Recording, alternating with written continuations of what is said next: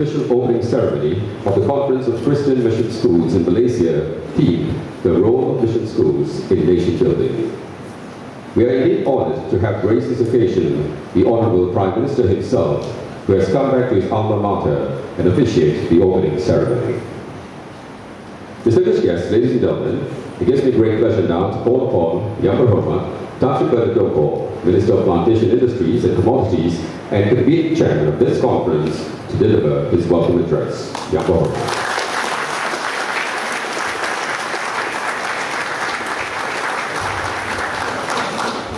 Thank you.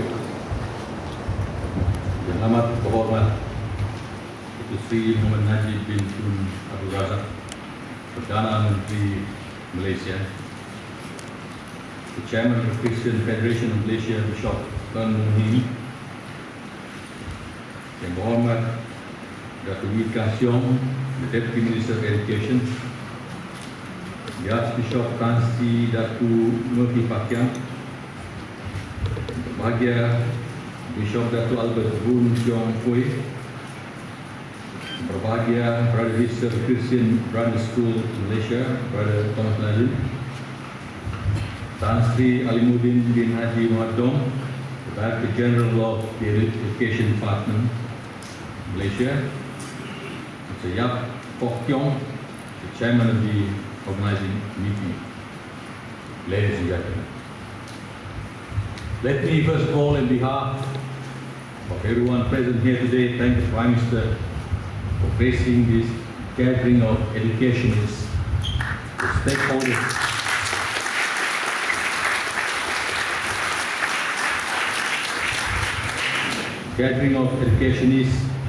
the stakeholders of mission schools, and those who are interested in the matters of education. The conference is convened primarily to discuss problems facing mission schools and to propose solutions to these problems so that the mission schools can contribute meaningfully to nation building just as they had in their heyday before independence and in the early post-independence years.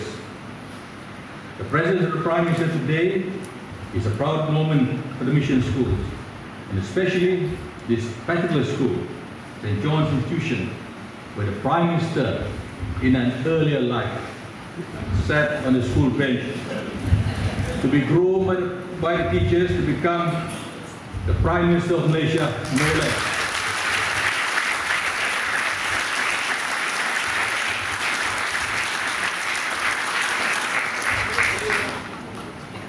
Your presence today here, sir, is also apt, coming with the heels of your launching of One Malaysia this morning. You have caught the imagination of a nation by embarking on a journey of unity of the country, a country which should celebrate its diversity and harvest the rewards of its rich cultural heritage. The gathering this morning 6 will contribute to that endeavor, and to say to you that we will walk every step of the way with you on that journey.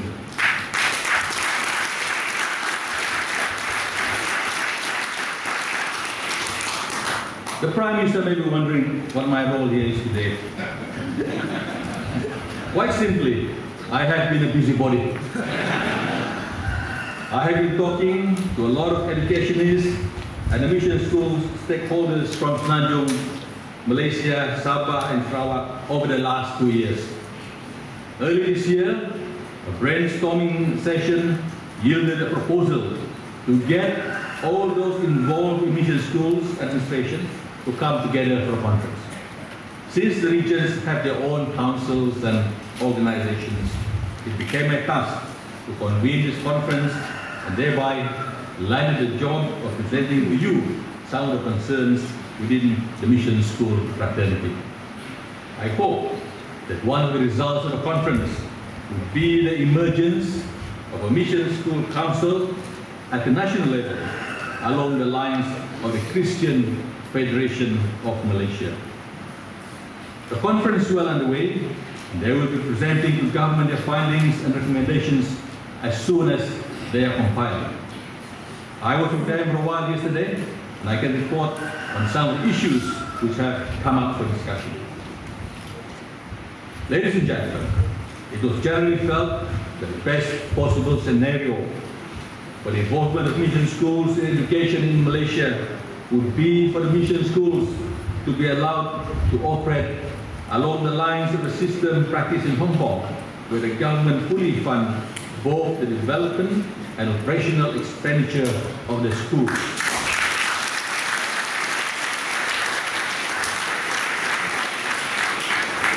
In other words, the schools prepare the students for a common examination mandated by the government under a common syllabus, and the policy is set by the government, whereas the implementation is almost entirely left to the missions, which will hire or fire all the teaching and administrative staff. There are obvious parallels to the system in some respect in Malaysia. The mission schools have been preparing students for government examinations under government syllabus, and the missions have no problem with all these, as all the subjects taught in government schools like Pendidikan Moral and Islam have been accepted by them.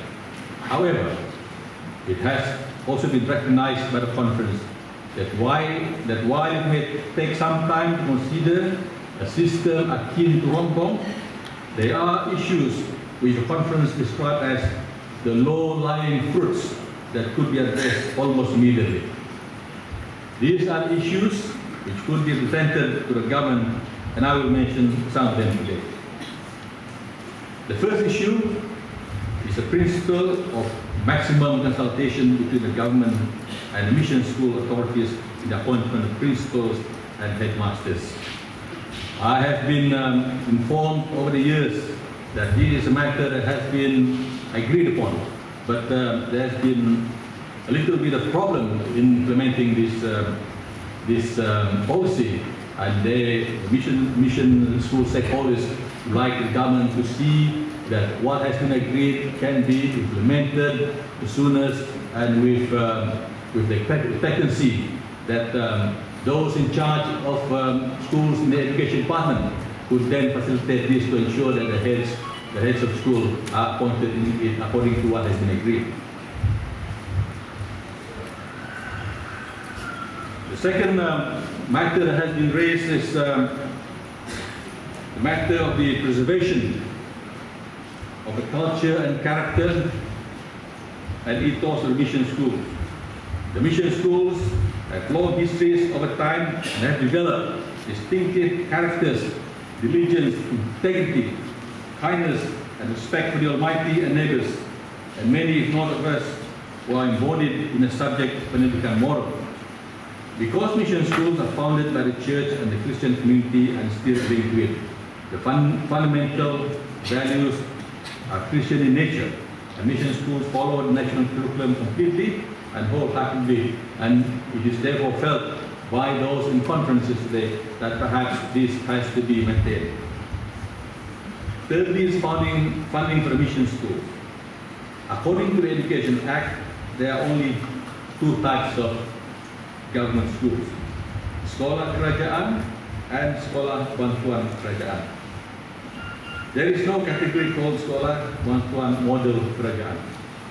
This means that mission schools, being sekolah bantuan kerajaan, are entitled to capital grant and full granting aid. Capital grant means a payment from public funds to an educational institution for the provision of buildings, the alteration to extension of existing premises, the provision of furniture equipment for new, altered or extended premises, or such other purposes as may be prescribed. And the granting aid means any payment from public funds other than capital grant made to an educational institution. The mission schools therefore would be very happy if these grants can be realized, and that the deplorable state of some of the buildings owned by the missions can therefore be put into good use by the students in the schools.